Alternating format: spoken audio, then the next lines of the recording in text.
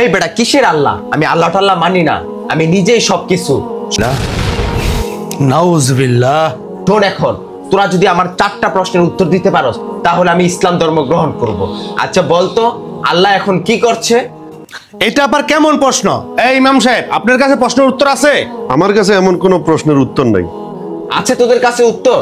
জানি দিতে পারবি না।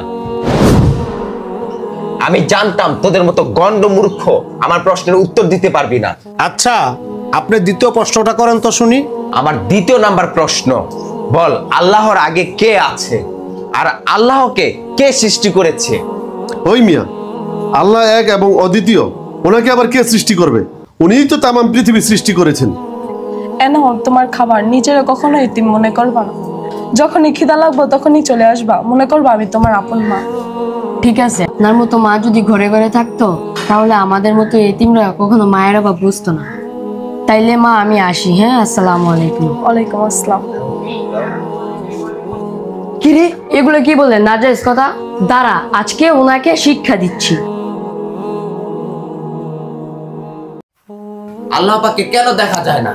এই প্রশ্নের উত্তরগুলো দিতে পারলে তাহলে আমি ইসলাম ধর্ম গ্রহণ করব। মাতবর সাহেব, আপনার প্রশ্নের উত্তর আমার কাছে আছে। এই এতিমের বাচ্চা, বড় বড় আলেম সাহেব, হাফেজ সাহেব হেরা পারে না, তোর মতো সামান্য একটা কুর্তি ছাড়া কিভাবে উত্তর দিবি? দেখি যদি না পারস তাহলে আমার বাড়ির খানা তোর জন্য সারা জীবনের জন্য বন্ধ। আচ্ছা ঠিক আছে, তুমি তাড়াতাড়ি প্রশ্নের উত্তরটা দাও। আচ্ছা মাতবর সাহেব, আপনার প্রশ্নের উত্তর যদি আমি দিতে পারি, আপনি কি ইসলাম ধর্ম গ্রহণ করবেন? অবশ্যই গ্রহণ করব। শোনো বাবা, ওনার প্রথম প্রশ্নের উত্তর হচ্ছে আল্লাহ তাআলা এখন কি করছে। তোমার কাছে কি ওই প্রশ্নের উত্তর আছে? যদি ওই প্রশ্নের উত্তর থাকে তাহলে তুমি দাও, আর যদি না থাকে তুমি চলে যাও, কারণ উনি হচ্ছে ভালো মানুষ না। সবই বুঝলাম। যেহেতু আমি প্রশ্নের উত্তর দেব, তাহলে আমি হব শিক্ষক আর আপনি হবেন ছাত্র। শিক্ষক সবসময় চেয়ারে বসে থাকে আর ছাত্র দাঁড়িয়ে থাকে।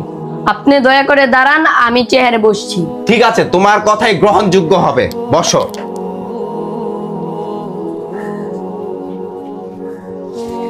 এখন আমার প্রশ্নের উত্তর দাও, আল্লাহ পাক কি করছে? আল্লাহ পাক এখন এটাই করছে, সেটা হচ্ছে আপনার মতো সম্মানীয় ব্যক্তিকে চেয়ার থেকে উঠিয়ে দিয়েছে আর আমার মতো এতিম বাচ্চাকে চেয়ারে বসিয়ে দিয়েছে। নিশ্চয়ই আল্লাহ পাক উত্তম পরিকল্পনাকারী।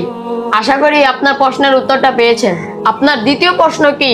আমার দ্বিতীয় প্রশ্নটি হচ্ছে মহান রব্বুল আলামিনের আগে কে এসেছিলেন? ঠিক আছে, আপনি 1 থেকে 10 পর্যন্ত গণেন। ঠিক আছে, গুনছি।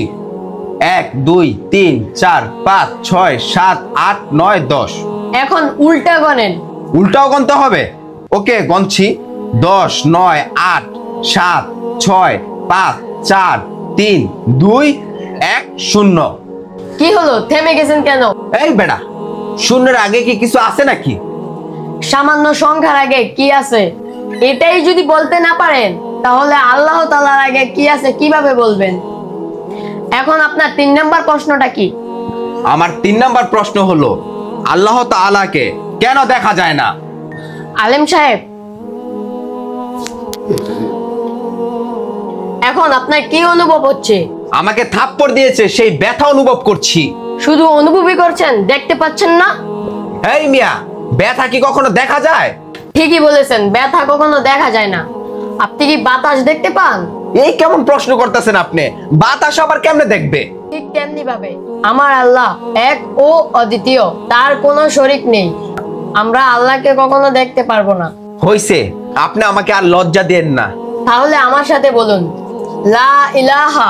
লা ইলাহা। ওহে নাফরমানের মানুষ, যে সৃষ্টিকর্তা তোমাকে সৃষ্টি করেছে তার বিরুদ্ধে তুমি কোনো অনৈতিক কথা বলো না। হে আমার মহান রব্বুল আলামিন, তুমি তোমার রহমান নামের উসিলায় পৃথিবীর সবাইকে হেদায়েত দান